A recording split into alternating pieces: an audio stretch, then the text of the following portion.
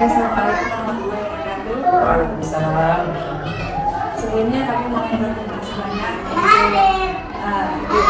Ibu Dokter Haja Nur Yakin telah mau meluangkan waktunya untuk kami wawancara. Sebelum kami masuk wawancara, di sini memang memperkenalkan diri terlebih dahulu. Saya dari Aulia Azhara, ini rekan saya di suatu universitasnya di Bangka Mahasiswa, dan ini rekan saya juga Muhammad Husain Abeda di Universitas. Alasan kami ingin mewawancarai Ibu Dokter karena kami ini memenuhi tugas ujian akhir semester kami pada mata kuliah gender dan pembangunan. Di sini kami akan mengajukan 5 pertanyaan kepada Ibu. Yang pertama, apa alasan utama Ibu untuk memilih terlibat dalam kontribusi di masyarakat? Sebenarnya panjang ceritanya ya, karena kesibukan kita di masyarakat itu adalah alami hadir. Karena saya dari keluarga yang sangat fanatik agama, di keluarga saya sebenarnya perempuan itu tidak boleh sekolah, termasuk saya yang orang tua saya itu sebagai istri dada, tapi saya agak kontak, saya bikin sekolah. Meskipun aku risikonya, jadi kalau saya itu dari Sanawiyah, Aliyah sampai perguruan tinggi, ya pesawatnya harus diantar jemput ke orang tua, ya kalau orang tua ya saudara sebagai yang memberi teman-teman tidak boleh. Nah, karena tuntutan masyarakat, saya aslinya di Skabender. Skabender itu ada komunitas yang beragam masyarakatnya. Nah, dari itu di situ waktu itu belum ada pendidikan formal. Saya mulai aktivitas saya di masyarakat itu lewat dunia, terus lewat pengajian, dan waktu itu lewat koperasi. Karena di Skabender itu ada perusahaan yang ya peragamaannya luar biasa maju, dan saya terlibat dengan koperasi waktu itu lah. Karena maju aktif ikut terlibat kegiatan itu, termasuk juga saya memprakarsai dan pionir ikut di dalam beberapa pendidikan formal menurut saya. Ya udah maju dulu belum ada. Karena apa? Karena memang ke komitmen saya, kalau saya diberikan kesempatan untuk belajar, saya akan berbuat maksimal dan saya tidak akan menjawab maksimal. Saya terjun aktif di masyarakat, jadi mengalir waktu itu. Dan memang belum ada banyak orang waktu itu kan yang aktif itu. Jadi memang kebetulan kita diterima alat dan pengalaman yang luar biasa. Di sini juga ada pertanyaan kedua, apa langkah-langkah yang konkret Ibu lakukan mencapai tujuan atau misi dalam berkontribusi? Ya, pertama kita harus kuatkan diri kita. Tidak mungkin kita bisa memberikan senyuman kepada orang lain kalau kita sendiri tidak setia. Tidak mungkin kita bisa membantu orang kalau kita sendiri tidak bisa punya sesuatu yang kita bisa bantu. Nah, karena saya aktif waktu itu di masyarakat, kenapa ya saya bantu, misalnya mengajar dunia Ibu Daya, lalu saya mengajar kelompok-kelompok anak-anak dulu di pengajian, terus belajar dulu kan tidak bayar-bayaran, semua gratis gitu. Dan saya kebetulan bersama beberapa kawan-kawan ya, kamu merasa dari sama-sama ada di situ. Jadi kenapa kita bisa berbuat sesuatu? Karena pertama tuntutan, yang kedua ya kita juga punya kemauan. Kalau misalnya ada tuntutan lalu kita tidak mau, ya tidak bisa. Harus kita punya komitmen bahwa kalau ingin berbuat sesuatu ya bismillah, tantangan apapun menjadi sesuatu yang kita nikmati saja. Sehingga saya dulu tidak pernah berpikir untuk pacaran, tidak pernah berpikir untuk laki-laki. Saya konsentrasi saya belajar. Kalau misalnya suami saya dulu tidak meminang saya, mungkin saya akan tidak pernah berpikir untuk berlari, karena konsepnya selalu belajar.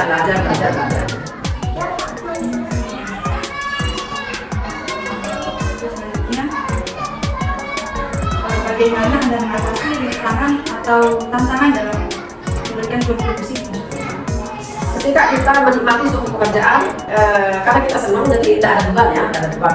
Oh, tentu itu kalau mau maju itu banyak ya, ada rintangan, tapi kita anggap ini adalah sebagai pemicu untuk kita lebih maju.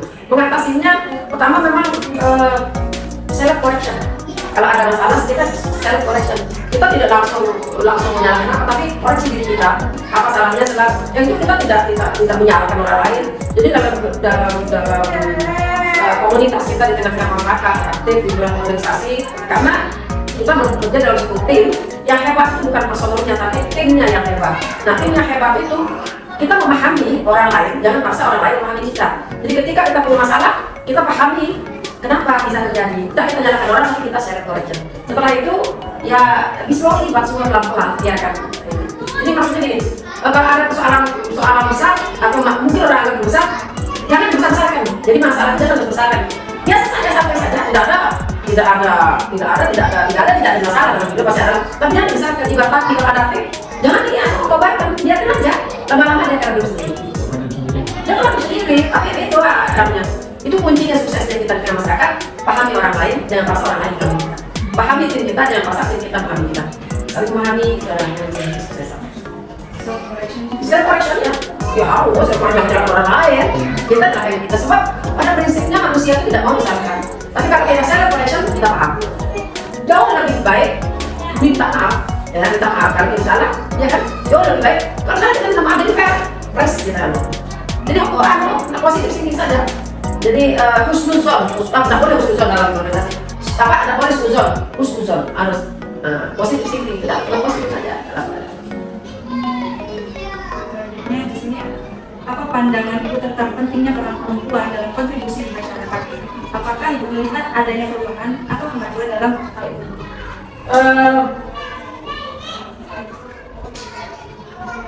Perempuan adalah yang agama. Kekuatan agama tadi perempuan. Perempuan ibu adalah madrasah termula, madrasah yang pertama dan utama. Jadi kalau saya melihat ada teori mengatakan anak yang cerdas lahir dari ibu yang cerdas, bukan anak yang cerdas lahir dari bapak yang cerdas. Artinya kalau mau masyarakat hebat, perempuannya harus hebat. Kalau mau rumah tangga hebat, ya itu perempuannya. Karena apa? Karena perempuan itu dia adalah madrasah termula, di pertama bagi anak dan lain-lainnya. Jadi kalau saya katakan bahwa perempuan itu punya kesempatan yang sama untuk berkarya, punya kesempatan bersama untuk berkembang. Kalau diberikan kesempatan sama dengan laki-laki, dia akan berkembang gitu. Dan perempuan itu punya kesempatan yang sama, jangan beda-bedakan. Dan perempuan juga harus sadar bahwa dia punya kekuatan untuk bisa berkembang.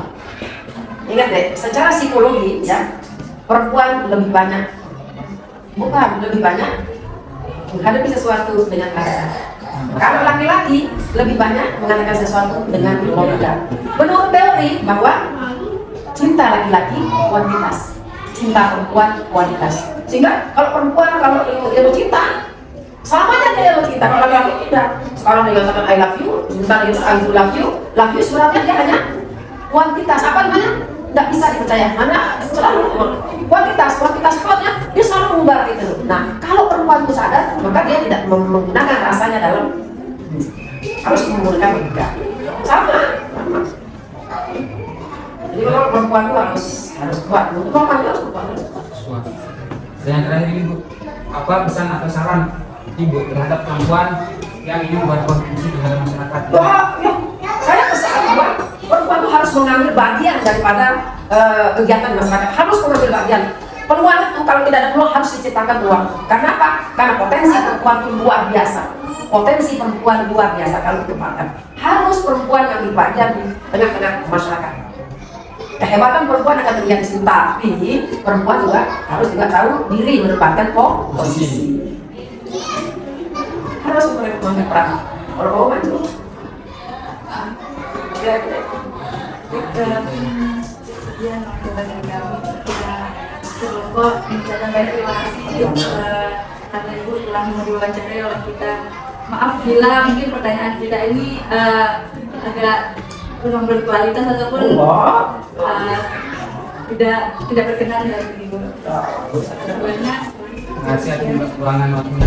Ya, saya terima kasih kepada adik karena dengan ini saya diberi kesempatan untuk menyampaikan kepada seluruh perempuan yang ada di mana saja bahwa dia harus tahu dia punya prinsip. Berani untuk pendidikan. Harus itu harus. Assalamualaikum warahmatullahi wabarakatuh. Waalaikumsalam.